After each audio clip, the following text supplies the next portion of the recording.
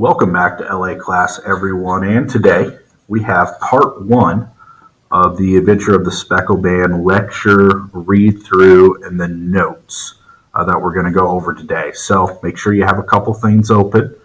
Make sure you have open your story. And secondly, make sure you have in another tab open your Adventure of the Speckled Band means, motive, and opportunity, because we're going to go through that as well and start filling it out as we go through it. But let's go ahead and get started here. Scrolling down to page 1 and begin. On glancing over my notes of the 70-odd cases in which I have, during the last 8 years, studied the methods of my friend Sherlock Holmes, I find many tragic, some comic, a large number merely strange, but none commonplace. For working as he did, rather for the love of his art than for the acquirement of wealth, he refused to associate himself with any further investigation that did not tend towards the unusual and even the fantastic. Of all of these varied cases, however, I cannot recall any which presented more singular features than that which was associated with the well-known Surrey family of the Roylotts of Stoke Moran. The events in question occurred in the early days of my association with Holmes, when we were sharing rooms as bachelors in Baker Street. It is possible that I might have placed them upon record before, but a promise of secrecy was made at the time, from which I have only been freed during the last month by the untimely death of the lady to whom the pledge was given. It is perhaps as well that the facts should now come to light, for I have reasons to know that they are widespread rumors as to the death of Dr. Grimsby Roylott, which tend to make the matter even more terrible than the truth. So a couple things in this first part. Remember, all Sherlock Holmes stories are told from the perspective of Watson. Right, so the I in all of this is Watson. Also notice that he mentions, just as I did in my notes, that Holmes is only going to take cases which are unusual or fantastic, ones that he finds interesting. Right? And in the end here, he had made a pledge to someone to not talk about this event, but he feels that he can now because that lady who he made a pledge to has died, so it won't affect her any. That's what that end part is. Okay, going on. It says it was early in April in the year 83 that I awoke one morning to find Sherlock Holmes standing, fully dressed, by the side of my bed. He was a late riser as a rule, and as the clock on the mantelpiece showed me that it was only 7:15, I blinked up at him in some surprise and perhaps just a little resentment, for I myself regular in my habits. "Very sorry to knock you up, Watson," means to wake you up, said he, "but it's the common lot this morning. Miss Hudson has been knocked up," she retorted, "upon me, and I on you." "What is it then? A fire?" "No, a client. It seems that a young lady has arrived in a considerable state of excitement, who insists upon seeing me. She is waiting now in the sitting room. Now, when young ladies wander about the metropolis at this hour of the morning and knock sleepy people up out of their beds, I presume that it is something very pressing which they have to communicate. Should it prove to be an interesting case, you would, I am sure, wish to follow it from the outset. I thought at any rate that I should call you and give you a chance. My dear fellow, I would not miss it for anything. So essentially a client has come that they're going to talk to. I have no keener pleasure than in following Holmes in his professional investigations and in admiring the rapid deductions, as swift as intuitions, and yet always founded on logical basis. Go up here. With which he unraveled the problems which were submitted to him. I rapidly threw on my clothes and was ready in a few minutes to accompany my friend down to the sitting room. A lady dressed in black and heavily veiled, who had been sitting in the window, rose as we entered. "Good morning, madame," said Holmes cheerily. "My name is Sherlock Holmes. This is my intimate friend and associate, Dr. Watson, before whom you can speak as freely as before myself. Ha! I am glad to see that Mrs. Hudson has had the good sense to light the fire.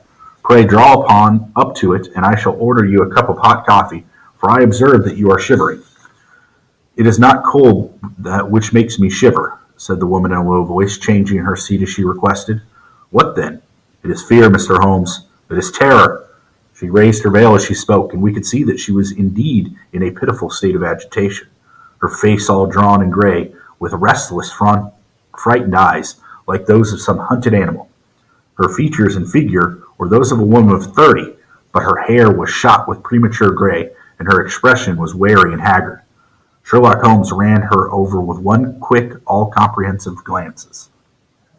"You must not fear," said he soothingly, bending forward and patting her forearm. "We shall soon set matters right, I have no doubt. You have come in by train this morning, I see." "You know me, then?"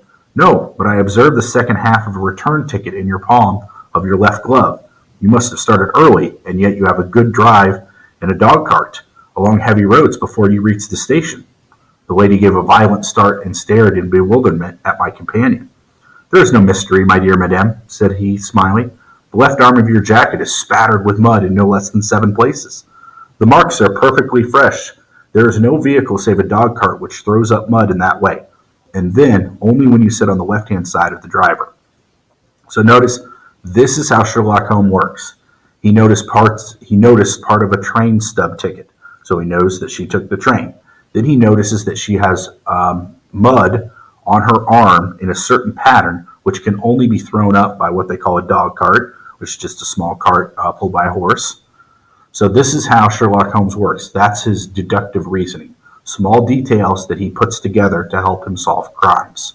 So that's how he works. A little introduction to how he works here. All right, going on. "Whatever your reasons may be, you are perfectly correct," said she. "I started from home before 6, reached Leatherhead at 20 past, and came in by the first train to Waterloo. Sir, I can stand this strain no longer. I shall go mad if it continues. I have no one to turn to, none, save only one who cares for me, and he, poor fellow, can be of little aid. I have heard of you, Mr. Holmes. I have heard of you and from Mrs. Farintosh, whom you helped in the hour of her sore need. It was from her that I had your address. Oh, sir, do you not think that you could help me too, and at least throw a little light, through the dense darkness which surrounds me? At present it is out of my power to reward you for your services, but in a month or 6 weeks I shall be married, with control of my own income, and then at least you shall not find me ungrateful." So she essentially says that she needs help, but she can't afford to pay him. Right? Okay, going on. Holmes turned to his desk, unlocking it, and drew out a small case book which he consulted. "Farintosh," said he. "Ah, yes, I recall the case. It was concerned with an opal tiara. I think it was before your time, Watson. I can only say, madame, that I shall be happy to devote the same care to your case as I did to that of your friend. As to my reward, my profession is its own reward.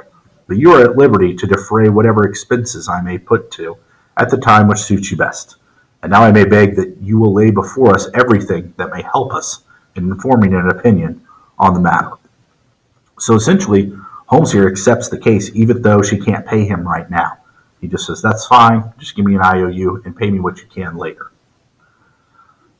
Okay, going on here with, "Alas," replied our visitor, "the very horror of my situation lies in the fact that my fears are so vague and my suspicions depend so entirely upon small points, which might seem trivial to another, that even he to whom of all others I might have a right to look for help and advice looks upon all that I tell him about it as the fancies of a nervous woman.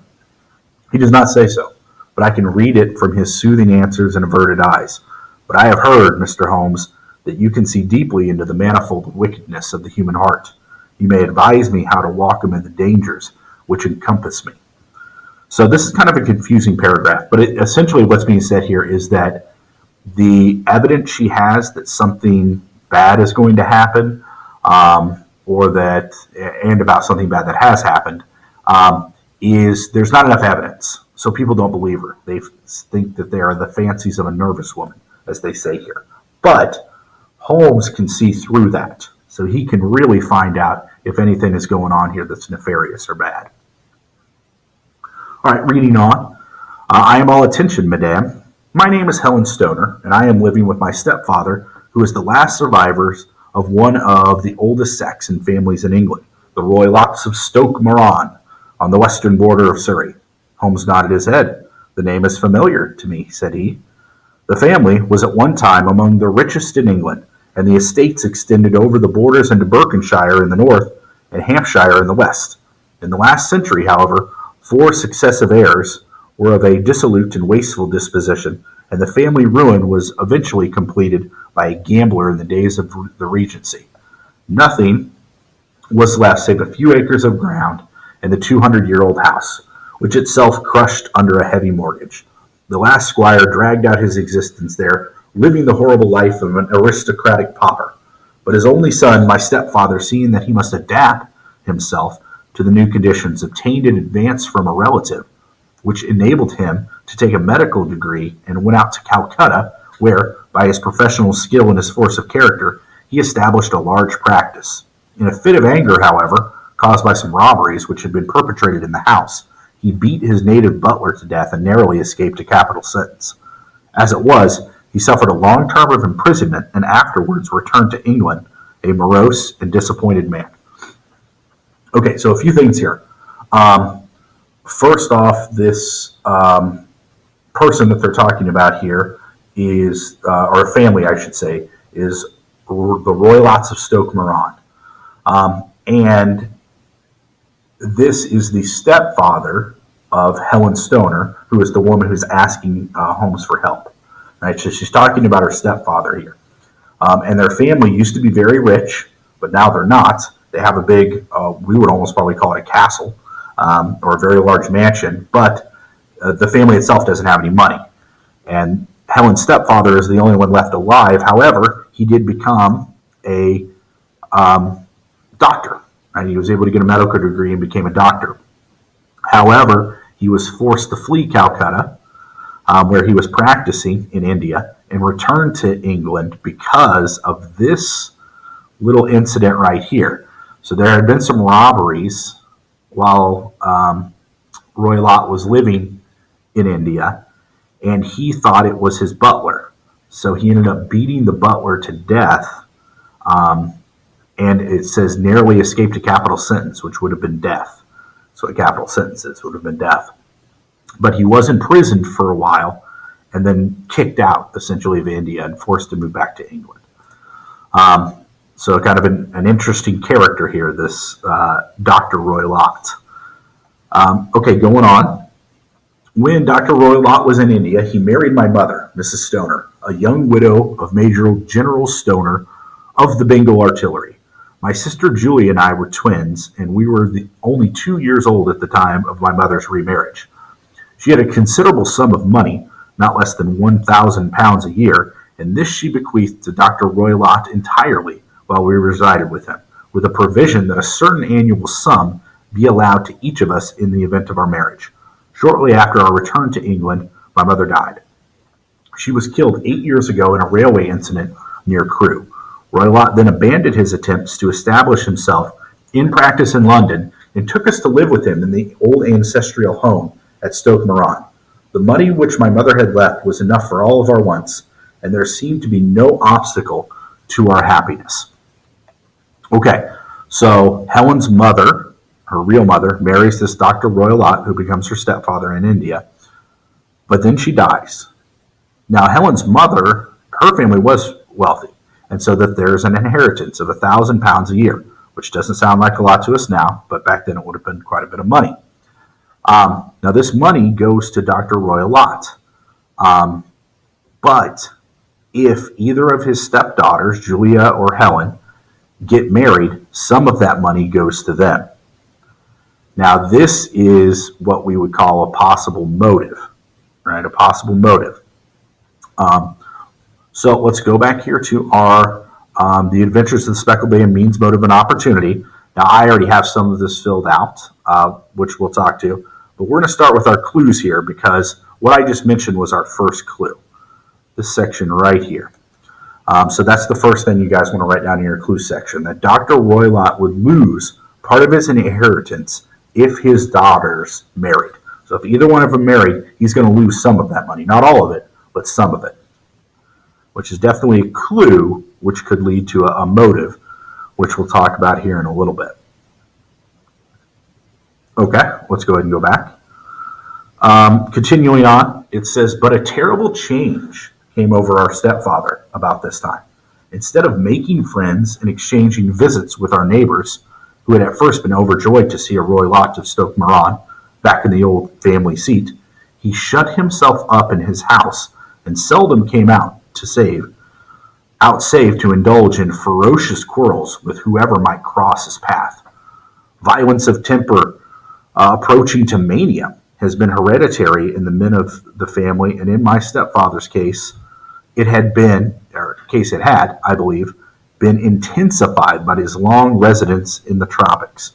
A series of disgraceful brawls took place, two of which ended in the police court until at last he became the terror of the village, and folks would fly at his approach, for he was a man of immense strength and absolutely uncontrollable anger. Last week he hurled the local blacksmith over a parapet into a stream, and it was only by paying over all the money which I could gather together that I was able to avert another public exposure. He had no friends at all save the wandering gypsies, and he would give these vagabonds leave to encamp upon the few acres of bramble-covered land which represented the family estate, and which would accept in return the hospitality of their tents, wandering away with him sometimes for weeks on end. He had a passion also for Indian animals, which are sent over to him by a correspondent, and he has at this moment a cheetah and a baboon, which wander freely over his grounds and are feared by the villagers almost as much as their master. Okay, we're going to go back to our notes then, or our clues, because we have a couple things to add here. So the first one is that our Dr. Roylott here has a violent temper. So he's proved it in many ways. He murdered his butler in a fit of anger over some missing items or some theft. He has attacked multiple people in town now that they've moved back to England. And in fact, just got into a fight with a blacksmith where he just threw him over a parapet, essentially into a stream. So throw him over a bridge into a stream. So a violent temper associated with Dr. Roylott. Next up then, we have an interesting band of people all living in the same house. So Dr. Roylott is living with his two stepdaughters, but also living on the grounds are a band of gypsies, they call them vagabonds. Essentially, gypsies are people that move from town to town. They don't stay in one place, and they live in tents and just move around from place to place, kind of living off the land, and people that allow them to stay at their place, which Dr. Roylott does. And then we have two wild animals, a cheetah and a baboon, that live on the property. So we add this because it's a very odd kind of thing to have attached to your place. Okay, we are going to stop there for today, and I'll talk to you guys next time.